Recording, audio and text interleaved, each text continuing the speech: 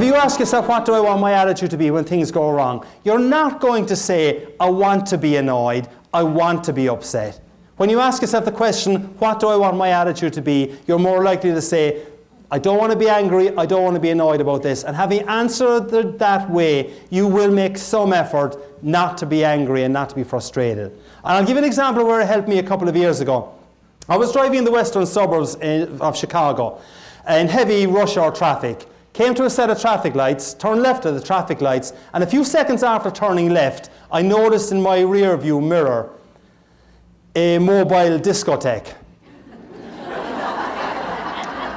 Cop car, flashing lights. So I pulled to the slower lane, he pulled to the slower lane. And I remember saying to myself, well, Holy St. Patrick and St. Bridget. Bit of respect there, please. Holy St. Patrick and St. Bridget, what could that fine officer of the law want from an upstanding citizen like me? Now, that was the gist of what I was thinking. I may have said just one four-letter word. But for those of you whose mind is in the gutter, the word was oops. Which, as you all know, stands for uh-oh, police, stop. Right. So I pulled into a little small parking lot at the side of the road, and as I was pulling in, I said to myself, now why does he want to speak to me? And the only reason I could figure why he might want to speak to me was when I had turned left at the traffic lights. They were slightly red, but not by a whole lot now, mind you. So he is there on his computer checking me to see if in my case I'm a member of the Irish Republican Army, or even worse, a Cubs fan. Go White Sox! I have to tell you, depending on who I'm speaking to, I obviously try and put in a kind of an answer to that gets a reaction. But when I was speaking up near the Green Bay area a couple of years ago, I made the comment that the cop was checking to see if I was a member of the Irish Republican Army, or worse, a Packers fan. I didn't think I would get out of that room alive.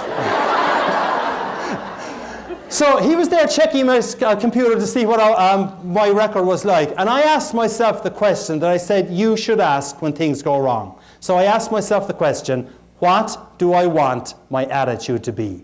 And I said there's no point in being antsy and annoyed about this. He probably doesn't understand the concept of slightly red lights.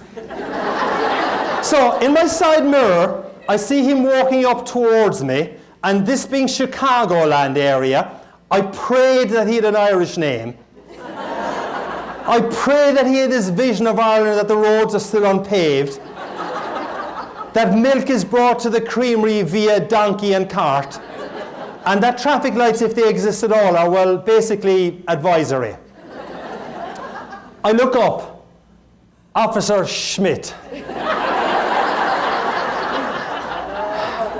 who proceeded to tell me in minute detail what I had done wrong. He asked for my license and he asked for my insurance. Now, none of this is made up, I promise you. I had asked myself the question, what do I want my attitude to be? As he is looking at my license, he says to me, sir, I like your attitude. I'm thinking, woohoo, I'm getting away with this. Then he looks at my insurance and he says, sir, your insurance certificate is out of date. My wife normally looks after that, officer. He smiled. I think he realized he was dealing with one more administratively incompetent husband. Ladies, you know the story, I'm sure. And he just handed back the insurance certificate to me and he said, look, take it easy on that one. Now, I should tell you that this event happened on the 16th of March. Okay? One day before St. Patrick's Day. So the rest of the conversation went as follows. We're having great good fun, and as you will see, it continued that way. So the rest of the conversation went, how much will this cost me, officer? He said, I'll cite you for the red light. I'll leave you go on the insurance. That'll cost you $75, sir. $75? Do you know how many pints of Guinness I can get tomorrow for $75?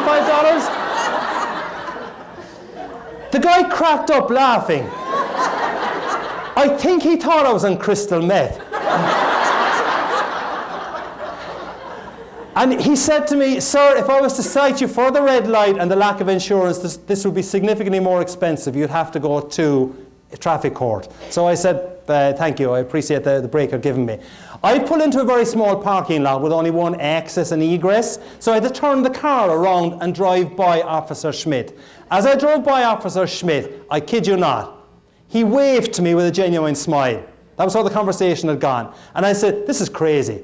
This guy's waving to me with a genuine smile, and he's after fining me 75 bucks. And I waved back to him with a genuine smile, saying, this is really crazy. He's fined me 75 bucks, and I'm waving back to him. But what Officer Schmidt, though, would not have known was that for only $75, I had got a really memorable anecdote about the importance of asking yourself a really powerful question when things go wrong. And when things go wrong, and they will for every single person in this room at some stage, the question to ask yourself is, what do I want my attitude to be? It's a powerful question. If you get stuck in a traffic jam on the 88 this afternoon or 3:55 or going home, and there's nothing you can do about it, ask yourself the question, what do I want my attitude to be? If you've got problems at work next week and something goes wrong, and it will, it's human nature, ask yourself the question, what do I want my attitude to be? If you've got a colleague who's struggling at work next week and you see that they're not in the best of form, if you can ask that person to remember what the Irish guy said last Friday,